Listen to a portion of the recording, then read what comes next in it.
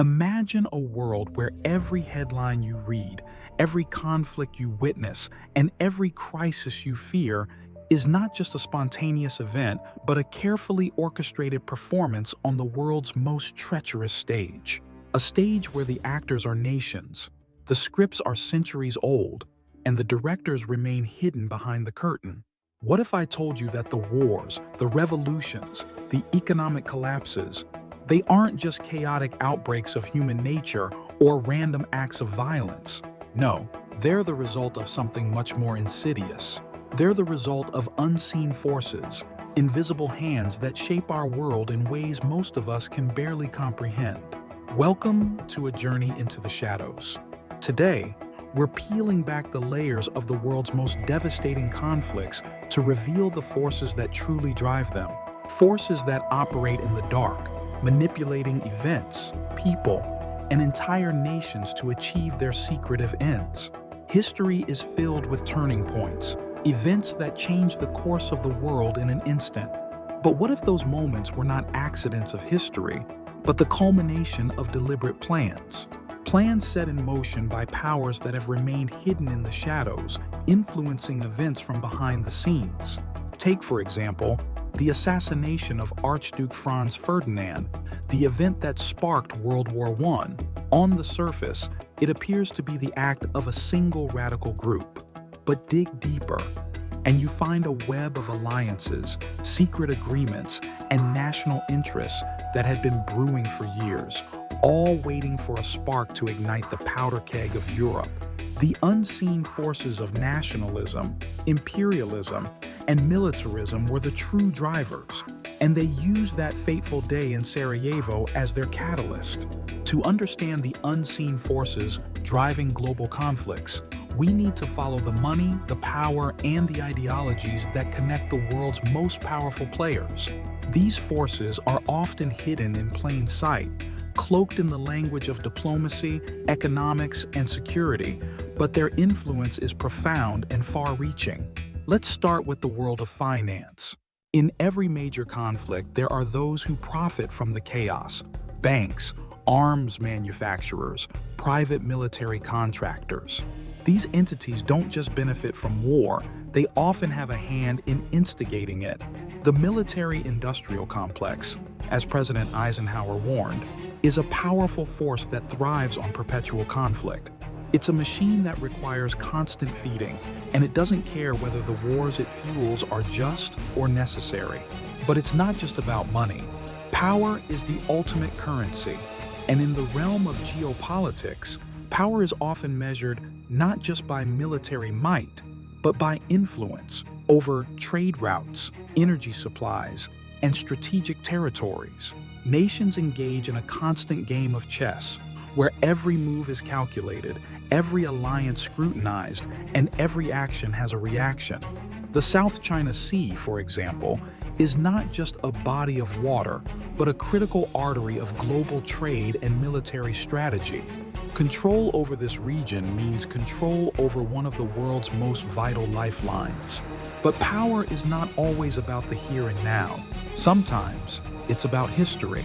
The borders we see on maps today were often drawn by colonial powers with little regard for the people who lived there. These artificial boundaries have created ethnic, religious, and political tensions that have lasted for generations.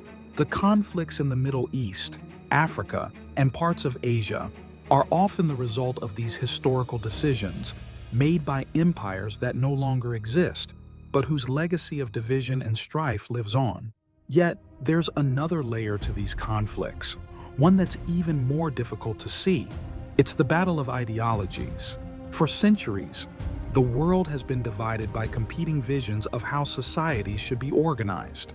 From the religious wars of the Middle Ages to the ideological struggles of the Cold War, these conflicts are not just about land or resources, they're about ideas.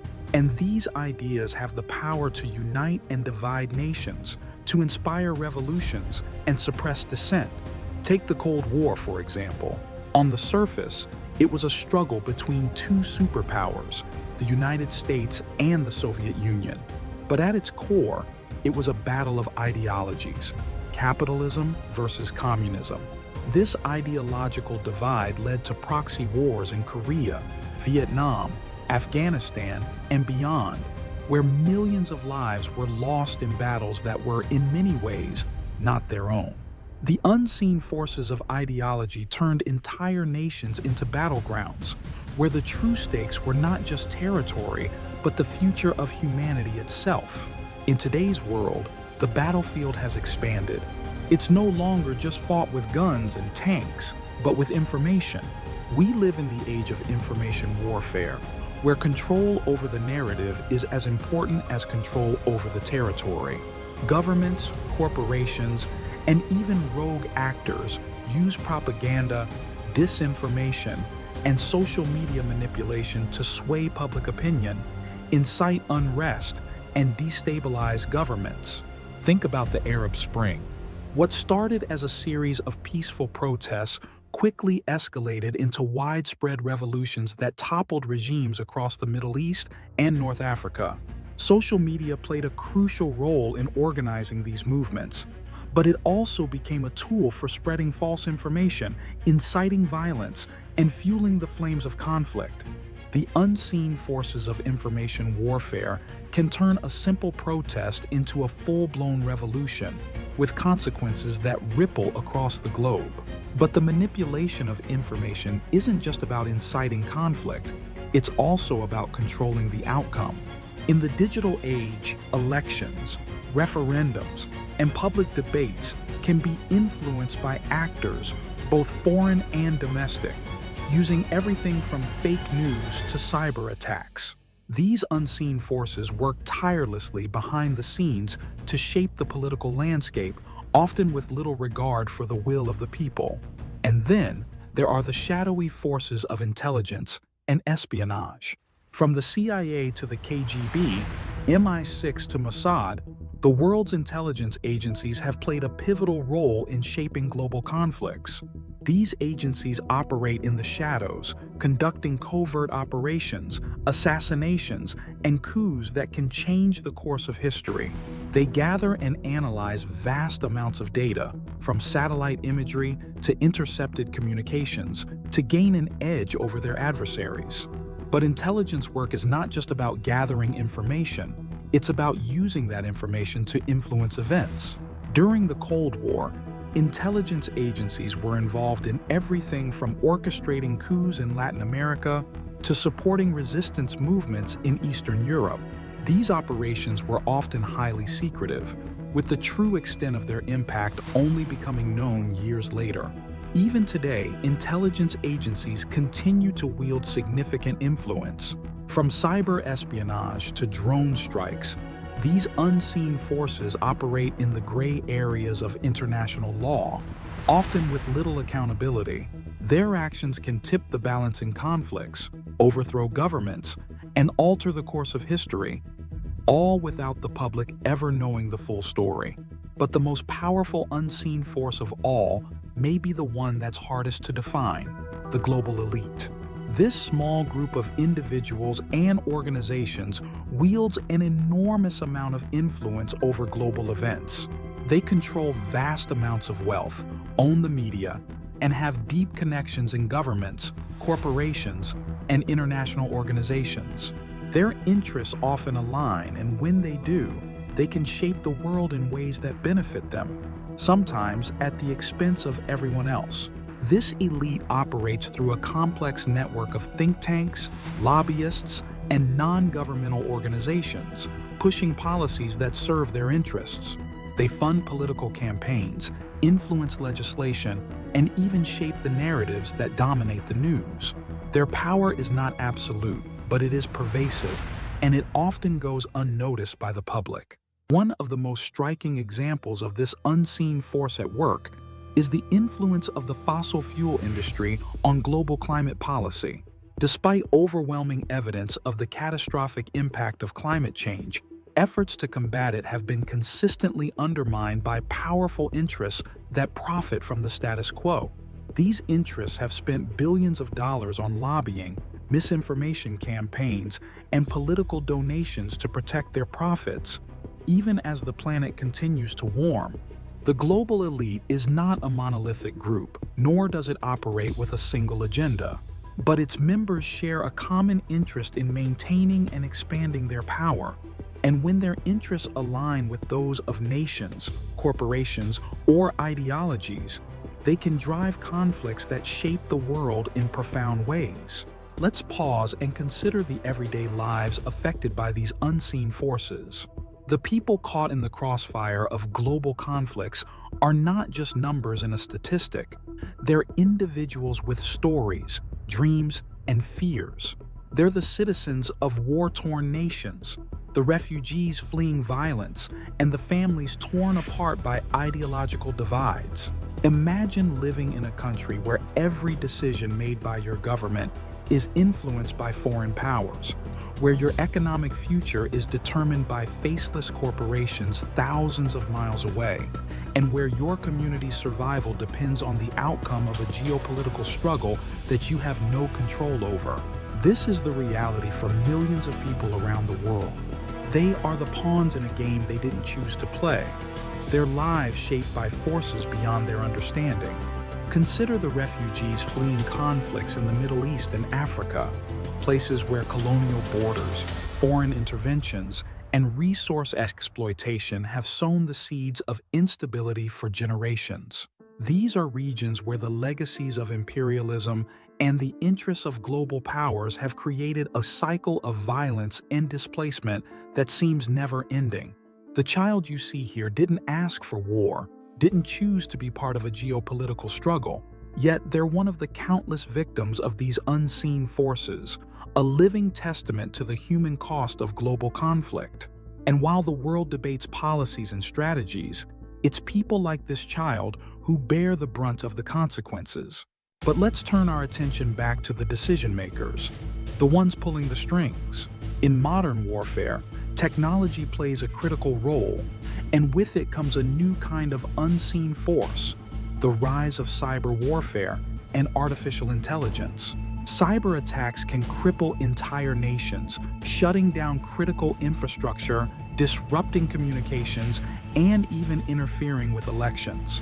These attacks are often carried out by state-sponsored hackers, operating under the radar, leaving little evidence behind. The unseen force of cyber warfare is a new frontier in global conflict, one that blurs the lines between war and peace, between civilian and military targets. Artificial intelligence, meanwhile, is changing the face of warfare in ways we are only beginning to understand. Autonomous drones capable of making life or death decisions without human intervention are now a reality.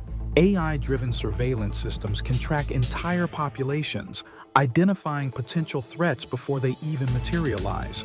These technologies are powerful tools, but they also raise profound ethical questions. Who controls these systems? Who decides how they're used? And what happens when they fall into the wrong hands? In this new age of technology-driven conflict, the line between military and civilian life is increasingly blurred. The tools of war are no longer confined to the battlefield. They're integrated into the very fabric of society. And as these technologies continue to evolve, they'll bring with them new unseen forces that will shape the future of global conflicts in ways we can only imagine. But as powerful as these technologies are, they are still tools. Tools that are wielded by people, by governments, by corporations. And it's these entities that ultimately decide how these tools are used. The power to wage war, to disrupt societies, to control narratives, still lies in the hands of those who hold power in the traditional sense. And it's here, in the corridors of power, that the most significant decisions are made. In the world of high-stakes diplomacy, every word, every gesture, every decision can have far-reaching consequences. Leaders must navigate a complex web of alliances, rivalries, and strategic interests, always mindful of the unseen forces at play. These forces can be as overt as economic sanctions or military threats, or as subtle as diplomatic pressure and back-channel negotiations. Consider the recent tensions between major global powers. On the surface, these tensions might appear to be driven by ideological differences or territorial disputes. But dig deeper, and you'll find a more complex story, one that involves economic competition, resource scarcity, and the shifting balance of power in a multipolar world. Take, for example, the competition for resources in the Arctic. As the ice melts due to climate change, new shipping routes are opening up, and vast reserves of oil and gas are becoming accessible. This has led to a new kind of Cold War, with nations vying for control over this strategically important region. But the real battle is not just for territory, it's for the future of energy, trade, and global influence. The unseen forces driving this conflict are a mix of environmental change, economic opportunity, and strategic calculation. And as these forces interact, they create a volatile mix that could easily escalate into a full-blown conflict with global repercussions. But not all conflicts are driven by competition. Some are the result of collaboration between powerful actors with shared interests. These alliances are often forged in secret away from the public eye, and their true purpose is rarely disclosed. But they can have a profound impact on global events, shaping the course of conflicts in ways that are difficult to predict. Consider the alliances between powerful nations and multinational corporations. These alliances are often based on mutual benefit, with corporations providing the financial resources and expertise needed to achieve strategic objectives, and governments offering protection and favorable policies in return. These alliances can drive conflicts by promoting policies that benefit the few at the expense of the many, leading to social unrest, economic inequality, and, ultimately, violence. In many parts of the world, the unseen forces driving conflict are not just about power or ideology, they're about survival. In regions plagued by poverty, corruption, and environmental degradation, people are often driven to violence out of desperation. These are conflicts that arise not from grand geopolitical strategies, but from the harsh realities of life on the margins. Yet, even in these cases, the unseen forces at play are not as simple as they might appear. The roots of poverty and corruption are often tied to global economic systems that benefit the rich at the expense of the poor. Environmental degradation is often the result of policies and practices that prioritize short-term profit over long-term sustainability. And the violence that erupts in these regions is often fueled by the influx of weapons and funding from external actors with their own agendas. But it's important to remember that not all unseen forces are destructive. There are also forces of peace, of cooperation, of resilience. These are the forces that work quietly, often unnoticed, to resolve conflicts, to build bridges, and to create a more just and peaceful world. Consider the role of diplomacy in preventing wars. While the headlines often focus on the conflicts that do erupt, there are countless instances where wars have been averted through careful negotiation, compromise, and the work of dedicated diplomats. These efforts are rarely celebrated, but they are crucial in maintaining global stability. Diplomacy is a delicate art, requiring patience, persistence, and a deep understanding of the unseen forces at play. It's about finding ways to reconcile competing interests, to build trust where there is none, and to find solutions that benefit all parties involved.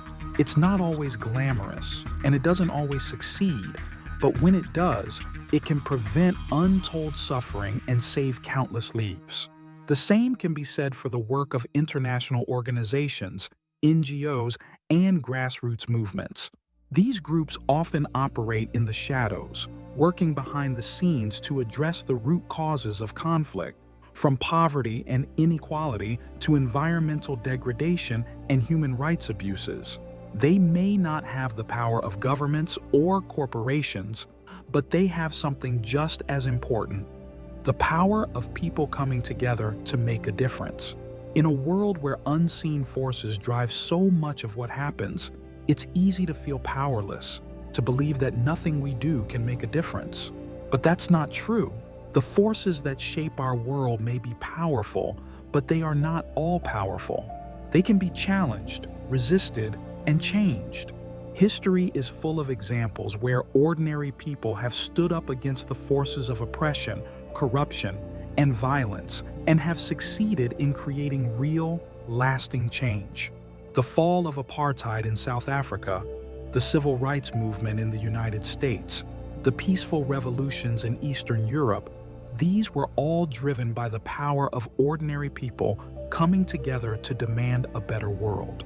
These movements remind us that while unseen forces may drive global conflicts, they do not have the final say. We, the people, have the power to shape our own destiny. We can choose to accept the world as it is, or we can choose to fight for the world we want to see. A world where peace, justice, and human dignity are not just ideals, but realities. As we continue this journey of exploration and discovery, remember that understanding the unseen forces driving global conflicts is just the first step. The next step is to use that understanding to make a difference, to be part of the solution rather than just an observer.